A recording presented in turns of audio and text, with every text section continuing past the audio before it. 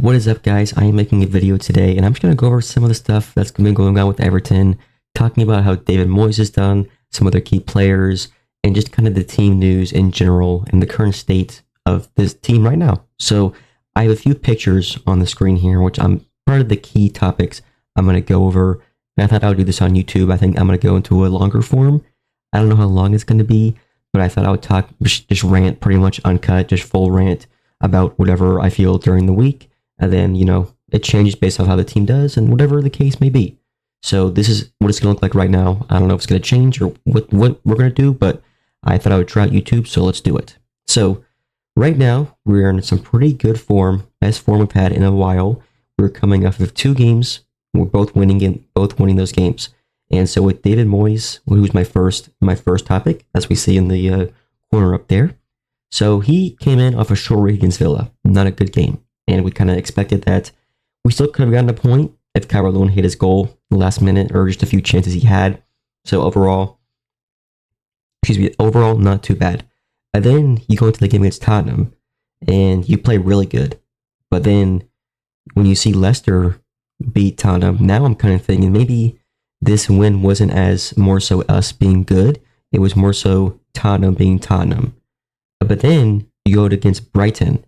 And I don't think too many people talked about this in the game, but we really did not look good that game. I was very disappointed in how we played, and I didn't want to bring it up because we just got 3 points, and it was us going up further and trying to avoid relegation, so I didn't want to be that guy. But we looked terrible.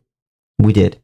Obviously, defensively, we were amazing, but the freedom that we were supposed to have, I did not see that at all in the Brighton game. I was very disappointed. It just didn't look good. And the subs had to be made. I understand that. But when you're in the last 20 minutes and you're down a player and you have Ashley Young on the left and Patterson on the right, you have no wingers. Beto came in. I mean, it's just like, what are you supposed to do? There's no football there. It's not art. And that's also something I want to talk about is Beto. And so whenever Calvert-Lewin got hurt in the first 10 minutes in the Brighton game, I feel like there was just a change in how the team wanted to play, and it just didn't really seem like they wanted to connect with him or get him involved.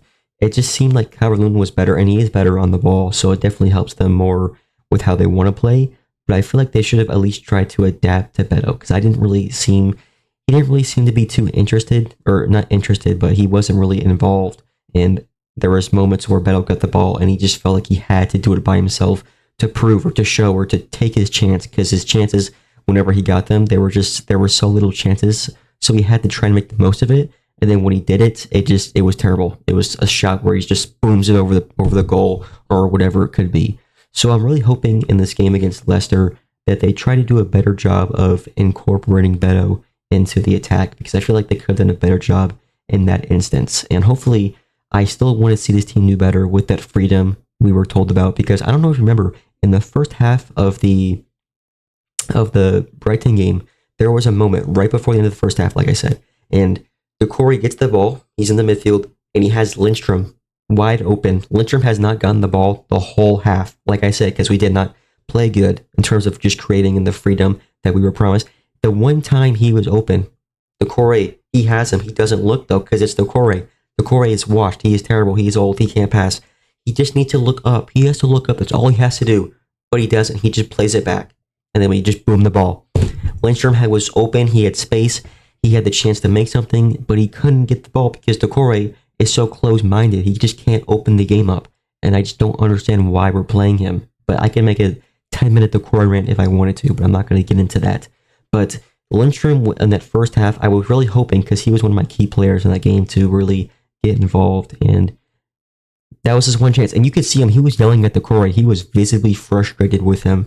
And I think that's just something that needs to be learned throughout the progression and the passing of this team is look forward, look up to Lindstrom, look up to NDI. These players need to get the ball so they can operate and use the spaces where they can actually go and create chances. Because if we can't do that, then we're going to have games like this.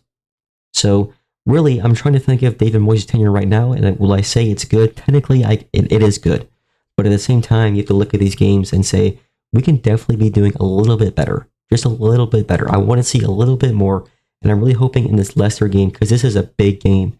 if you look at the table in the bottom corner, if they win this game, that's a 6-point swing. We could go up to 26 points to their 17. Winning this game is huge.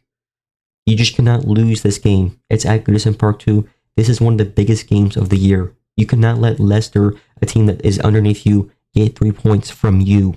You cannot be the reason they give you points. And so I'm very nervous because I remember 2 years ago we played Leicester and it was an amazing game. I think Pickford saved the Maddison penalty. That was one of my most entertaining games I've ever watched. I did pretty good on TikTok when I reacted to it. But yeah, so I'm really hoping this is going to be a really good game. I think it's going to be very entertaining. I think we're going to win. I know Leicester just came off of winning against Tottenham, but if you look at their last 8 games, they're not really a good team. I think we can definitely beat them. I think NDI will get some goals in here, like he did in the first time when we played them. But obviously, our biggest blow was Mangala. Most likely he's going to be out for the year with a knee injury. He left in that last game, like the last 10 minutes. So that's the biggest blow because I was going to make a separate video on how good he's been and how underrated he was, because the moment I saw him in the game against Southampton, he was getting a ton of slack for not being good or not doing good enough. But I was like, are you serious? This is one of the best passers we've had in a while. In terms of just the midfielder who can hold the ball, control it, give you such simple passes, simple distribution. We didn't have that. We haven't had that. And then we finally got that, and he was playing great, and he finally got the minutes because Sean Dyche was not playing him early in the season. And he finally got his moments, and he was doing so well. And I was going to make a video about how he's one of our most important players, and then hits a knee injury, and it just sucks because he was playing so good. And I was going to say, we still can buy him, but on the track or on the pace he was going up to be, we could have easily, I think, gotten a good deal for him next year, and I would not mind taking him next year. He's not like a super important player, but he is something that you can add for squad depth and just key little moments where he's not super good, but he's definitely a good, solid, good enough where if you have him on your team and he's starting and he's giving you good minutes, even if you don't start him every 90 minutes, if you give him a good 60, good 70, it's nothing to complain about. He's not really a liability, I would say. He's more of just in that mid tier, and I think that he's done a really good job of doing his role. And he's not some elite defensive player, but he's not a complete liability. So I think with him in the midfield with Gay, who's also been really good, I just really like the partnership. And I know that the midfield has been a bit weak in terms of consistency because Tim and Garner have been out for who knows, almost all season.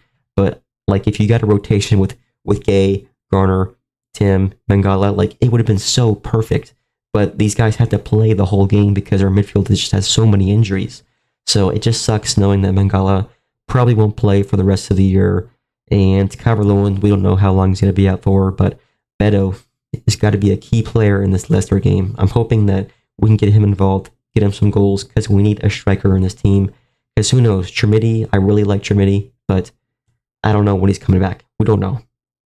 He was probably the player I was most anticipating wanting to watch, and we have not seen a minute from him. I've been disappointed. Calvert-Lewin, we don't know how long he's going to be out for. Hamstring, didn't look good. So this is Beto's chance. I was a Beto defender way early in the season because Calvert-Lewin was not converting his chances. So this is the time for Beto to show us what he's got, because this is probably his last year with an Everton kit, unless he decides to lock in and show us what he's worth. But hey, we got some big games coming up. We got Liverpool in the final Goodison Park game, which I'll talk about later in a different video. But in terms of the whole kind of state of the team, I think David Moyes is definitely doing better than Sean Dyche, but I still want to see a little bit more from him. I don't think it's good to get carried away too soon. I think a lot of fans are like, let's go, Moyes is the answer, or let's keep Moyes and let's extend him into the next year. You got to be cautious with this stuff, because at the same time, obviously it's just very similar to Sean Dyche right now.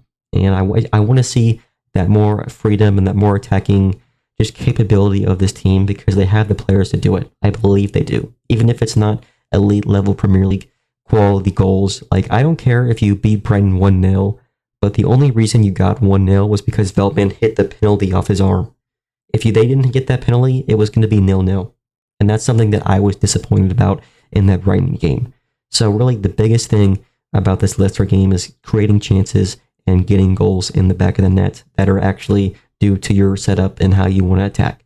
That's kind of the biggest thing I want to see from David Moyes, because obviously we know defensively O'Brien, Tarkowski, Michaelenko, and Branthwaite are all good defensively. So we all know with Pickford in the back that they're going to do their thing, but it's more so every week score goals. So yeah, that's going to be it for this video. Let me know what you guys think about the team, and let me know if you guys like this concept.